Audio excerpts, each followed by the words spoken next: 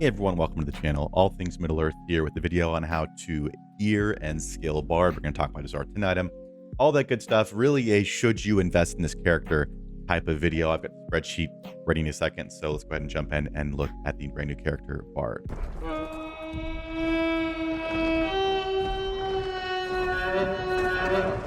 All right, we did this on stream, so I'll very quickly do this. If you have not seen Bard or looked a whole lot at him, he is going to be a very solid commander. In my opinion, he is a damage dealing commander, which already puts him above a lot of other commanders, and he has 3 damage dealing abilities. Now, statistically, he's a little bit lower than characters like Beorn and Dane, so take that for what you will, but he does have some things in his kit that make him kind of anti-damage dealing commander.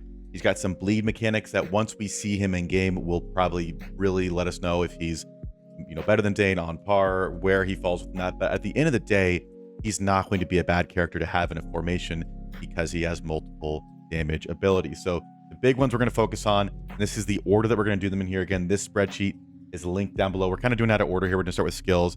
The first thing we're going to do is a descendant of Huron. That is this one right here. We're going to go 10 out of 10 first. This is going to deal 90% physical damage to 4 enemy formations.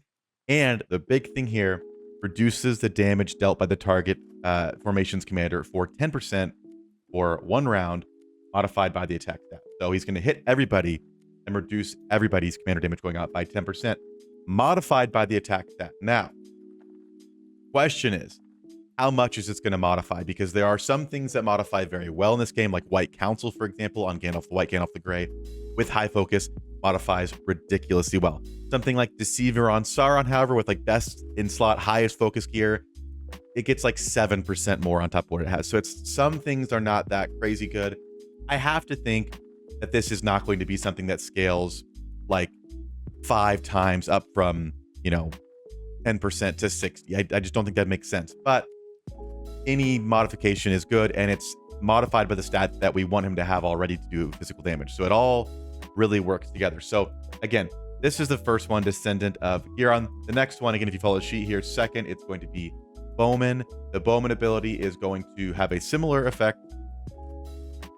It is more damage, it deals 250% physical damage to 1 enemy formation, inflicts a bleed that deals up to 40% damage to the target and takes effect 4 times. And then this one, level 5 ability, it says skill damage dealt by 1 formation's commander, negative 20% for 1 round, modified by the attack stat. So we have both skills here, reducing commander damage. There's also a bleed effect on this bottom ability too. So basically we got commander damage going out, we're reducing their commander damage, and we're putting all these bleeds out, which is interesting at the very least. So that's the setup. Those are the first 2. The last thing is going to be the dragon shooter. And typically we do R5 level 50. In my mind, you're going to want this guy just above the R5 level so you can at least get 5 points in dragon shooter, because I think that's what is potentially going to make him more relevant. I think honestly having him unlocked at R0 and running these 2 skills will be solid. But I think what's really interesting is, first of all, this is maxed out. So again, if you only have 5, think it'll be about half of this. But on rounds 3, 6, and 9, you launch an attack that deals 500% physical damage once to 2 formations, but the commander will no longer launch normal attacks from round 3 onwards. So in round 3 when this starts, this kind of takes place of his normal attacks that happen.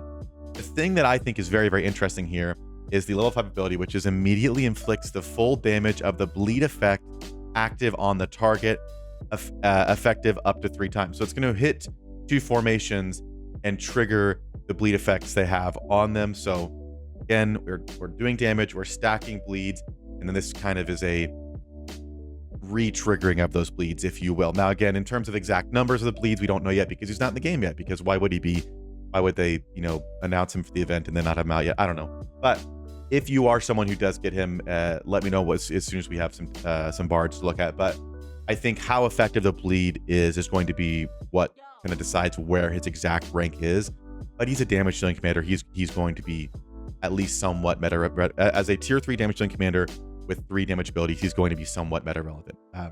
Now the question is, how close to the Dane level will he be? I think that's kind of what we're trying to figure out. But again, those are the skills. So we're doing 10, 10, and then 5 lastly in dragon shooter. Again, the more points, the merrier. But I feel like this is going to sort of complete the build for him. But even just these first 2 skills are not bad. And if you haven't met R1, R0 and run those, I think that's a very, very good start. Next up, we have his gear. This is the exact same gear we're going to have on Dane. Again, we might adjust this slightly if we figure some more things about him. But again, he's a damage dealing commander, so we want gear that has stuff to increase his attack. So it's his ability to inflict physical damage with his abilities. We want things that increase his damage, which is going to increase the damage he puts out as well. So pretty much the same gear. It is the same gear that we want on someone like Dane. We're looking at might sets, perseverance, sharp blade, fortitude. All those things will be fantastic.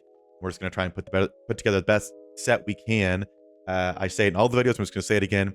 Don't force sets by running bad gear. So if you really want to run a might set, but it would mean you're using a very bad accessory compared to like the top couple ones that actually give him attack, don't worry about the set. Let that come later. It's the cherry on top. Again, they are important, but I think running the gear that best goes along with his kit makes more sense to me. So again, we will see how the bleed ends up playing out and if that changes any of our choices with the gear. But for the most part, you're just going to want to run that physical damage gear on him. And is linked here spreadsheet. This is down below, so you can look through this, and you can also go to the far left tab, the items tab, and look through. So again, if we were doing this, I'll do this as an example in a lot of videos. If I want to look through, let's say, what the best accessory is for Bard, I can go over here and click this little filter and just select accessory down here. I'm kind of blocking it, but hopefully you get the idea by now. And let's say I just want to look at flawless items. So I click flawless. Now I can go over here and I can sort by commander attack. And I want something with commander attack and commander damage. So the highest commander attack with commander damage is the Planetary Vorthink. That's why it's number 1. Number 2 is the Drums of Baradur. But you can go through and see that there are 4 options for accessories. Statistically, the first we talked about just make the most sense. But you can look through what you have, and maybe you just don't have these, or you could refine something else a lot more.